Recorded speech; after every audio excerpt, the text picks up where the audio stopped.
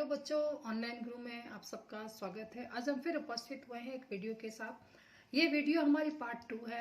इसके पहले पार्ट 1 में हमने जो जो पढ़ा है वो हम आपको बता दें।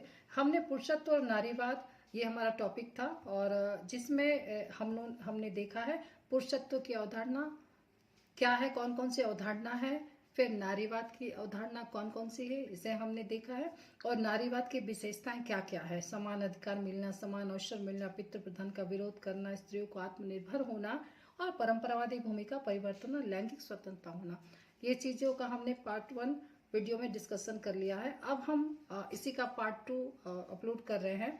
तो चलिए बच्चों, आज हम पार्ट 2 का जो टॉपिक हमें पढ़ना है वो हम स्टार्ट करते हैं। जैसा कि आपको स्क्रीन में दिख रहा है, पुरुषत्व तथा नारीवाद के विकास में उत्तरदायित्व कारक। ये जो पुरुषत्व और नारीवाद का जो डेवलपमेंट है, जो विकास है, इसमें ऐसे कौन कौन से कारक है, ऐसे कौन कौन से फैक्टर्स है कि जो इस विकास को कहीं ना कहीं रोकते हैं। ठीक है, तो इसमें उत्तरदायी कारक या कारण कौन कौन से हैं, इसे हम स्टेप बाय स्टेप देखेंगे। तो सबसे पहले अगर हम देखें तो सामाजिक व्यवस्था। सबका अपना एक समाज है, क्योंकि मनुष्य जो है वो सामाजिक प्राणी है।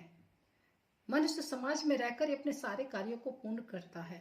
तो सबसे पहला तो कारक है कि सामाजिक व्यवस्था किस प्रकार की है।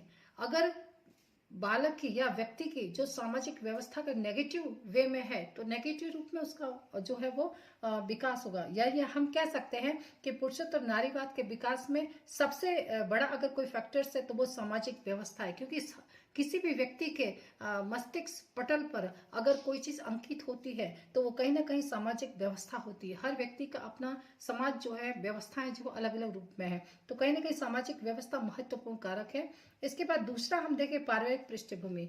जहां बालक का जन्म होता है, जहां बालक पलता है, जहां बालक बड़ा होता है, तो हम कह सकते हैं बालक का जन्म होता है तो बालक का दिमाग तो कोरा कागज रहता है, लेकिन उसमें लिखने का काम कौन करता है? सबसे पहले परिवार करता है। ठीक है, परिवार करता है, यानी कि परिवार की पृष्ठभूमि किस प्रकार की है उस पर पूरा जो एक हम कह सकते हैं ना कि जो उसके उस पे जो स्मृति पटल जो चीजें हैं, कहीं ना कहीं उसकी परवरिश, ये सारी चीजें कहीं ना कहीं भागीदारी निभाती है।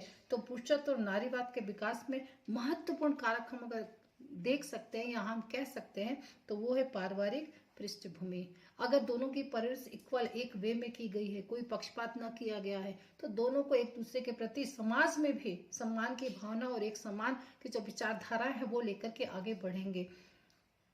इसके बाद नेक्स्ट है धार्मिक कारक।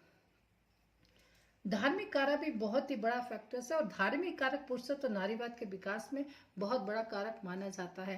धार्मिक कारक यानी कि हर एक व्यक्ति का समुदाय अलग अलग, हिंदू, मुस्लिम, सिख, ईसाई, सबका अपना अलग अलग समुदाय, अलग अलग धर्म है। तो यहाँ पर धार्मिक कारक की भूमिका बहुत ही महत्वपूर्ण होती है। अब आगे हम देखते हैं आर्थिक कारक। आर्थिक कारक, आर्थिक कारक भी अपने आप में बहुत बड़ा योगदान जो है वो देता है, क्योंकि किसी का भी विकास अगर होना है तो उसमें बहुत हद तक महत्वपूर्ण भूमिका आर्थिक रूप से होती है। अगर आर्थिक रूप से फाइनेंशियल ही अगर वो स्ट्रांग नहीं है तो कहीं ना कहीं उसका डेवलपमेंट रुक जाता है। ठीक है, तो यहाँ पर आर्थिक कारक जो है वो महत्वपूर्ण भूमिका है। उसके बाद है नेक्स्ट शिक्षा का प्रचार प्रसार। शिक्षा का प्रचार प्रसार, वैसे हम अगर देखें तो आज शिक्षा का जो एक महत्वपूर्ण जो एक भूमिका है वो 100% हमको लग रहा है वो निभा रही है। इसमें कहीं ना कहीं पर भी हम लेकिन नहीं लगा सकते, क्योंकि शिक्षा के कारण ही आज समाज में जो रूढ़ियुक्तियां थी, जो संकुचित मानसिकताएं थी, कहीं ना कहीं समाप्त हुई। परंपरावादी से भी में भी जो है परिवर्तन हुआ है, ये सिर्फ और सिर्फ शिक्षा के कारण ही हुआ है। तो हमारा शिक्षा जो है वो 100% है, और ये जो शिक्षा का प्रचार प्रसार है ये भी महत्वपूर्ण भूमिका निभाता है पुरुषत्व और नारीवाद के विकास में। इसके बाद हम देखते हैं कि आज के युग में पुरुषत्व और नारीत्व के बीच अवबोध की स्थापना क्यों जरूरी है, दोनों के बीच अवबोध होना क्यों जरूरी है।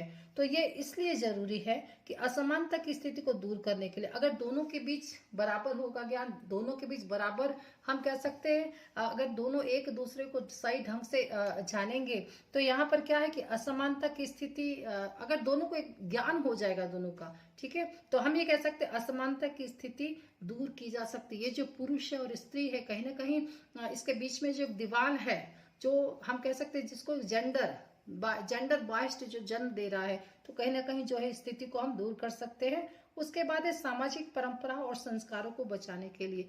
हमारी जो सामाजिक परंपरा चली आ रही, जो हमारे संस्कार है, क्योंकि किसी भी व्यक्ति के व्यक्तित्व का निर्माण करने में संस्कारों की भूमिका बहुत ही महत्वपूर्ण होती है, क्योंकि संस्कार ही व्यक्ति को नैतिकता प्रदान करते हैं और बिना नैतिकता के व्यक्ति का मूल्य शून्य के बराबर है। तो यहाँ पर है सामाजिक परंपरा और संस्कार को बचाने के लिए भी जो है ये बहुत ही जरूरी है। इसके बाद मानवीय संसाधनों का समुचित उपयोग।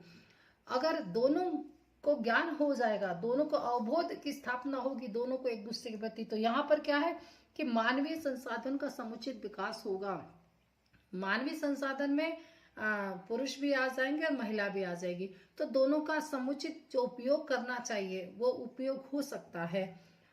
उसके बाद लोकतांत्रिक मूल्यों को बचाने के लिए, लोकतांत्रिक जो मूल्य दिए गए हैं उन मूल्यों की रक्षा करने के लिए भी कहीं ना कहीं जो है ये हम कह सकते हैं कि इन दोनों के बीच अवबोध की स्थापना होना जरूरी है। उसके बाद नेक्स्ट हम देखते हैं कि पुरुषत्व तथा नारीत्व के असंतुलित विकास के कारण पितृसत्तात्मक व्यवस्था बनी है, जिससे शक्ति का संतुलन एक पक्षीय हो रहा है। हम कह सकते हैं कि पितृ सत्तात्मक यानी कि जो पितृ सत्तात्मक व्यवस्था है, हम कह सकते हैं कि ये जो संतुलन है ये एक पक्षीय होता जा रहा है, डिसबैलेंस हो रहा है। एक पक्षी यानी एक का पलड़ा बहुत ही ज्यादा है। अब इसको कम करने के हम क्या उपाय कर सकते हैं, इसका सॉल्यूशन क्या निकाल सकते हैं, ठीक है। तो यहाँ पर अगर हम देखें तो इसका सॉल्यूशन है, सबसे पहला है बालिका शिक्षा को प्रोत्साहन देकर, ज्यादा से ज्यादा बालिका शिक्षा को प्रोत्साहन दे। और कई हद तक ये जो है सक्सेस भी हो रहा है, क्योंकि आज बालिका शिक्षाएं जो है वो ग्रहण कर रही है, जिसका उदाहरण हमने पहले भी दिया था, आज भी दे रहे हैं कि बीएड में बहुत हद तक बालक से ज्यादा तो बालिका ही एडमिशन ले रही है। तो ये बालिका शिक्षा को प्रोत्साहन मिल रहा है। बालिकाओं को स्वावलंबी बनाना यानी कि बालिकाओं को अपने पैरों पर खड़ा करना, आत्मनिर्भर करना। तो ये जो है इसके द्वारा भी जो एक पक्षीय तराजू एक तरफ झुक रहा है उसको बैलेंस करने के लिए कहीं ना कहीं बालिकाओं का स्वावलंबी बनाना भी जरूरी है। और इस दिशा में जो है वो कदम भी समाज की तरफ से शुरू हो गया है, क्योंकि महिलाएं भी शिक्षा ग्रहण करके ज्यादातर महिलाएं आत्मनिर्भर बन रही है। उसके बाद है सामाजिक मान्यताओं की समाप्ति के लिए पहल करना। जो सामाजिक मान्यताएं हैं कि अगर पुत्र है, पुत्र का मुख देखने से स्वर्ग मिलेगा, या पुत्र मुखाग्नि देगा तो सीधा स्वर्ग मिलेगा, मोक्ष मिलेगा, ये सारी जो कहीं ना कहीं जो मान्यताएं हैं ये सब समाप्त हो जाएंगी। इसकी पहल के लिए भी जो है अवबोध की स्थापना होना बहुत ही जरूरी है।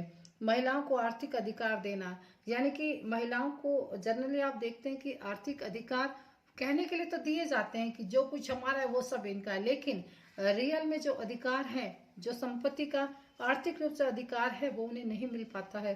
तो कहीं ना कहीं ये अधिकार को दे करके जो है हम इन अवबोध की स्थापना कर सकते हैं। समान दृष्टिकोण का विकास, ठीक है, यहाँ पर एक समान दृष्टिकोण का विकास होना जरूरी, यानी महिलाओं और पुरुष दोनों में का एक समान दृष्टिकोण का विकास होना चाहिए। दोनों का दृष्टिकोण एक समान जो है वो होना चाहिए, और जिससे समाज को भी ये दृष्टिकोण एक समान रूप से देखना चाहिए, पक्षपात नहीं करना चाहिए। तो यहाँ पर एक समान दृष्टिकोण के विकास के लिए भी जो है वो यहाँ पर और संतुलन स्थापित करने के लिए भी यहाँ पर हम कह सकते हैं कि ये सारे उपाय को हम अमल में ला सकते हैं, और जिसके द्वारा जो डिसबैलेंस की स्थिति है उसे हम इक्वली कर सकते हैं।